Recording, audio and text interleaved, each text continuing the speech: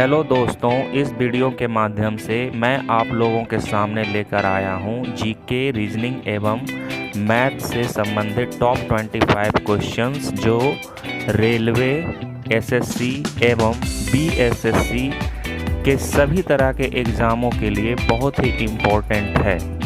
तो आइए पहले प्रश्न को हल करते हैं। पहला प्रश्न है कि मतदान की आयु 21 से 18 वर्ष किस संविधान संशोधन में किया गया था? तो इसका उत्तर है मतदान की आयु 21 से 18 वर्ष 61वां संविधान संशोधन में किया गया था। दूसरा प्रश्न है, क्या इंसुलिन पाचक एंजाइम है? तो इसका उत्तर है नहीं। तीसरा प्रश्न है कि विकास का सिद्धांत किसके द्वारा प्रतिपादित किया गया था? तो इसका उत्तर है चार्ल्स डार्विन के द्वारा प्रतिपादित किया गया था। चौथा प्रश्न है, मानव शरीर के किस अंग की हड्डी सबसे लंबी होती है? तो इसका उत्तर है जांघ की हड्डी, जिसे फीमर भी कहते हैं। पांचवा प्रश्न है, यूनेस्को का मुख्यालय कहाँ है? तो इसका उत्तर है पेरिस। छठा प्रश्न है, कांसा किसकी मिश्र धातु है? तो इसका उत्तर है तांबा और टीन का। सातवां प्रश्न है, विश्व पर्यावरण दिवस किस तारीख को मनाया जाता है? तो इसका उत्तर है 5 जून को। आठवां प्रश्न है, क्या हीलियम ऑक्सीजन पर प्रतिक्रिया करता है? तो इसका उत्तर है नहीं, प्रतिक्रिया नहीं करता है। नौवां प्रश्न है, हमारी आकाशगंगा की आकृति कैसी है? तो इसका उत्तर है स्पाइरल है। 10वां प्रश्न है, रेड क्लिफ रेखा किन देशों के बीच सीमा रेखा है? तो इसका उत्तर है भारत और पाकिस्तान के बीच सीमा रेखा है। दोस्तों 11वां प्रश्न रीजनिंग से है। प्रश्न है कि यदि किसी कूट भाषा में टाइम्स को जेमिक्स XEMIX लिखा जाता है तो उसी कूट भाषा में ब्रेक को कैसे लिखा जाएगा? तो इसमें समझते हैं कि टाइम्स को जेमिक्स कैसे लिखा जा रहा है। तो देखिए, टाइम्स में 6 लेटर हैं एवं जेमिक्स XEMIX में भी 6 लेटर हैं। टाइम्स के पहले लेटर में 4 जोड़ा जा रहा है एवं छठे लेटर में 5 जोड़ा जा रहा है तथा दूसरे एवं चौथे लेटर को आपस में बदल दिया जा रहा है तथा तीसरे लेटर या मिडिल लेटर M को ज्यों का त्यों लिखा जा रहा है। इसी तरह ब्रेक में भी 6 लेटर हैं, तो B में 4 जोड़ा जाएगा तो F हो जाएगा एवं छठे लेटर K में 5 जोड़ा जाएगा तो P हो जाएगा और R एवं A को आपस में बदल दिया जाएगा तथा तीसरे लेटर E को ज्यों का त्यों रहने दिया जाएगा। इस प्रकार ब्रेक को FAERP लिखा जाएगा। दोस्तों 12वां प्रश्न है, यदि बिसाइड BESIDE को DSBEIE लिखा जाता है तो ब्राइट WRIGHT को क्या लिखा जाएगा? तो देखिए, बिसाइड को DSBEIE कैसे लिखा जा रहा है। बिसाइड में कुल 6 लेटर हैं और इसको इस तरह से अरेंज किया जा रहा है, पहले 5वां लेटर, फिर तीसरा लेटर, फिर पहला लेटर, फिर छठा लेटर, फिर चौथा लेटर, फिर दूसरा लेटर। इसी तरह से ब्राइट में भी होगा, तो पहला 5वां लेटर लिखा जाएगा H, फिर तीसरा लेटर I, फिर पहला लेटर W, फिर छठा लेटर T, फिर चौथा लेटर G, फिर दूसरा लेटर R। इस तरह से WRIGHT को HIWTGR लिखा जाएगा। दोस्तों 13वें प्रश्न में क्वेश्चन मार्क की जगह क्या आएगा बताना है। तो इसको इस तरह से हल करते हैं। देखिए, दूसरे रो में 512 में 8 जोड़ा जा रहा है तो 520 आ रहा है। तीसरे रो में 1331 में 11 जोड़ा जा रहा है तो 1342 हो रहा है। इसी तरह से पहले रो में 216 में 6 जोड़ा जाएगा तो 222 हो जाएगा। तो इसका आंसर 222 होगा। 14वें प्रश्न में विषम क्या है हमको पता करना है।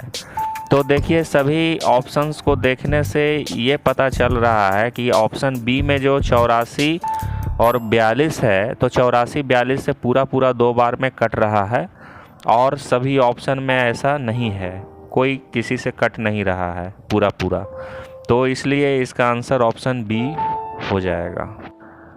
दोस्तों 15वां प्रश्न है कि रीमा शीला और मेरी अच्छी नृत्य करती है, रेखा लीना और रीमा अच्छी गाती है, मेरी रीमा और शीला अच्छी ड्राइंग बनाती है, तो इनमें से तीनों कलाओं में कौन निपुण है?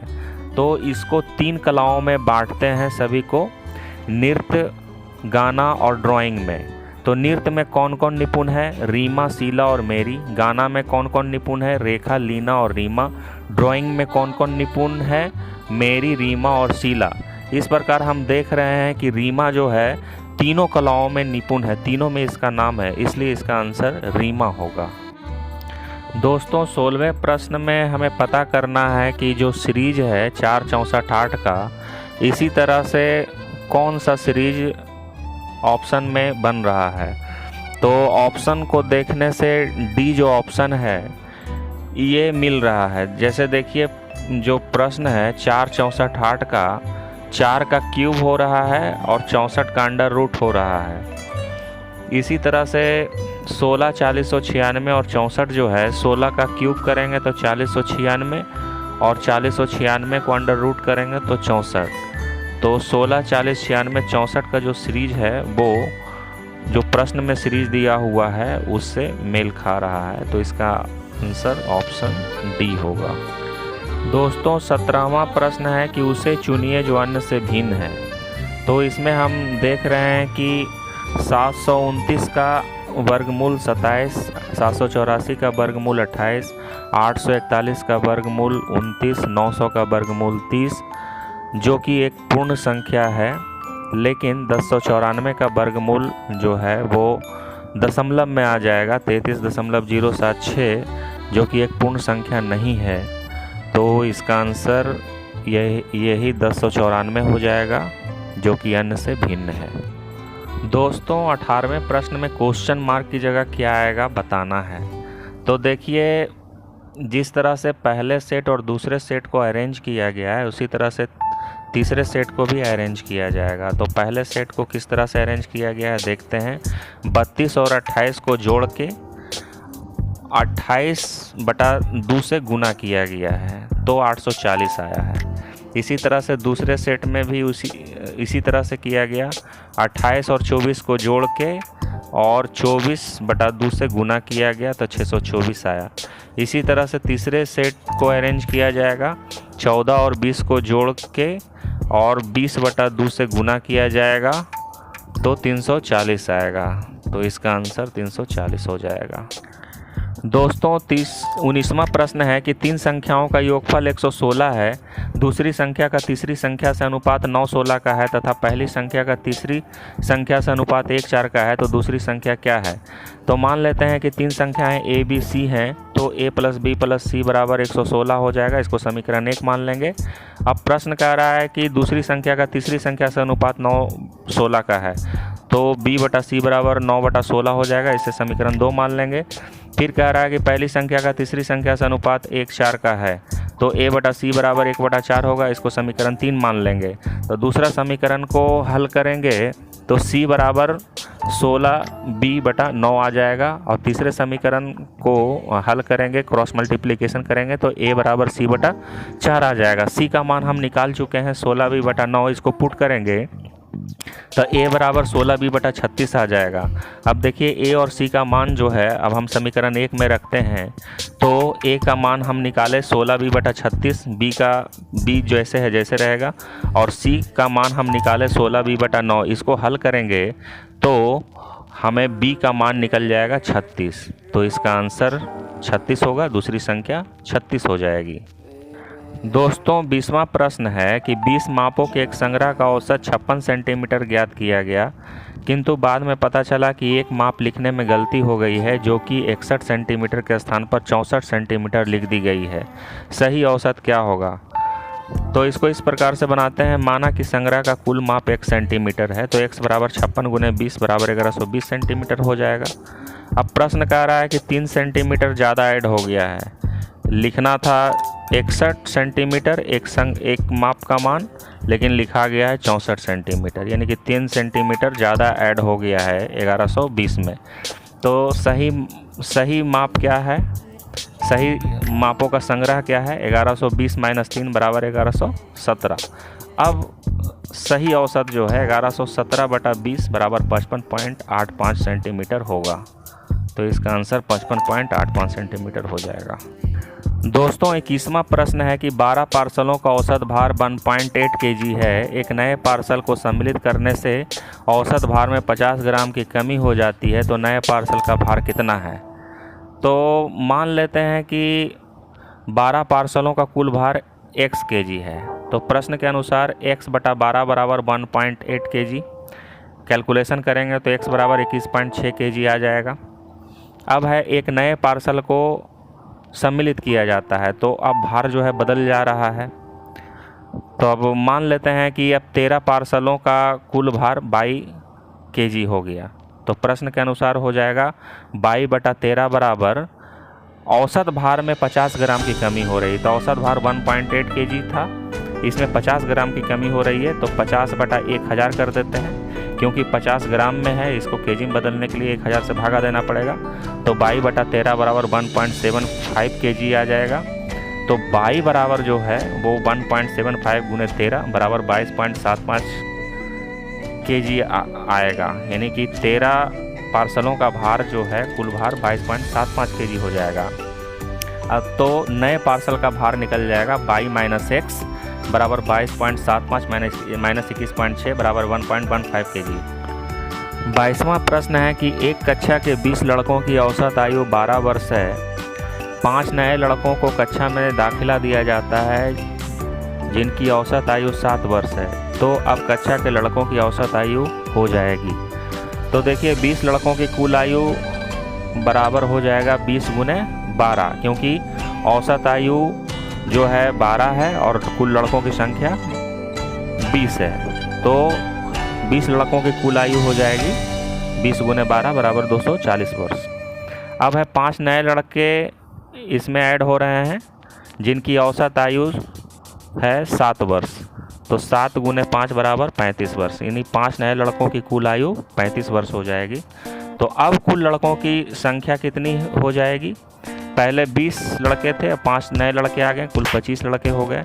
और कुल लड़कों की आयु कितनी हो जाएगी, तो 20 लड़कों की कुल आयु 240 वर्ष प्लस 5 लड़कों की कुल आयु 35 वर्ष, इन दोनों को जोड़ने से 275 वर्ष, यानी कि कुल लड़कों की आयु जो है 25 लड़कों की आयु 275 वर्ष। इसलिए कक्षा के कुल लड़कों की औसत आयु जो है हो जाएगी कुल आयु 275 बटा लड़कों की कुल संख्या 25 बराबर 11 वर्ष। ये तो इसका आंसर 11 वर्ष। दोस्तों 23वां प्रश्न है कि संख्या अनुक्रम 5, 8, 15, 20, 29, 40, 53 में एक संख्या गलत लिखी गई है, गलत संख्या क्या है। तो देखिए 5, 8, 15, 20, 29, 40, 53 जो संख्याएं सीरीज में दी गई हैं वो किस तरह से सीरीज बना रही है। देखिए 5 + 3 8, 8 + 5 13, 13 + 7 20, 20 + 9 29, 29 + 11 40, 40 + 13 53, यानी कि ये संख्याएं जो हैं 3, 5, 7, 9, 11, 13 के रूप में बढ़ रही है। इसलिए यहाँ जो 15 जो दिया गया है वो गलत है, उसकी जगह 13 होगा। दोस्तों 24वां प्रश्न है कि एक गोले का पृष्ठ 64 पाई सेंटीमीटर स्क्वायर है, तो इसका व्यास क्या होगा। हम जानते हैं कि गोले का पृष्ठ का क्षेत्रफल बराबर 4 पाई r स्क्वायर होता है। तो गोले का पृष्ठ का क्षेत्रफल यहाँ 64 पाई दिया हुआ है बराबर 4 पाई r स्क्वायर। तो देखिए पाई से पाई कट गया, 64 4 से 16 बार में कट गया, तो इधर 16 और उधर r स्क्वायर बचा, इसलिए r बराबर √16 बराबर 4 सेंटीमीटर हो जाएगा। अब व्यास कारा निकालने के लिए व्यास बराबर हम जानते हैं कि 2 गुने त्रिज्या होती है, तो त्रिज्या 4 सेंटीमीटर आ गया है, इसलिए व्यास 2 गुने 4 बराबर 8 सेंटीमीटर होगा। दोस्तों 25वां प्रश्न है कि एक शंकु की ऊंचाई तथा उसके आधार के अर्ध व्यास दोनों में 100% की वृद्धि की जाती है, तो शंकु के आयतन में वृद्धि का प्रतिशत होगा क्या होगा। तो देखिए शंकु का आयतन बराबर 1/3 पाई आर स्क्वायर एच। अब प्रश्न कह रहा है कि शंकु का अर्ध व्यास और ऊंचाई दोनों में 100% की वृद्धि हो रही है। तो अब जो नया त्रिज्या है वो पहला त्रिज्या r था, अब नया त्रिज्या 2r हो जाएगा। पहले ऊंचाई h था, अब नया ऊंचाई 2h हो जाएगा। तो वृद्धि के बाद आयतन जो है 1/3 पाई r के जगह पर 2r हो जाएगा, तो 2r का होल स्क्वायर, और h के जगह पर 2h हो जाएगा। अब इसको कैलकुलेट करने के बाद वृद्धि के बाद आयतन हो जाएगा 8/3 पाई आर स्क्वायर एच। तो नया आयतन हो गया 8/3 पाई आर स्क्वायर एच और पुराना आयतन 1/3 पाई आर स्क्वायर एच। तो दोनों में अंतर कर निकालेंगे तो 7/3 पाई आर स्क्वायर एच, यानी कि 7/3 पाई आर स्क्वायर एच की वृद्धि हो गई। तो 1/3 पाई आर स्क्वायर एच में 7/3 पाई आर स्क्वायर एच की वृद्धि, इसलिए एक में 7/3 पाई आर स्क्वायर एच बटा 1/3 पाई आर स्क्वायर एच की वृद्धि, इसलिए 100 में 7/3 पाई आर स्क्वायर एच बटा 1/3 पाई आर स्क्वायर एच गुने 100 कैलकुलेट करने के बाद 700%, यानी कि आयतन में 700% की वृद्धि होगी।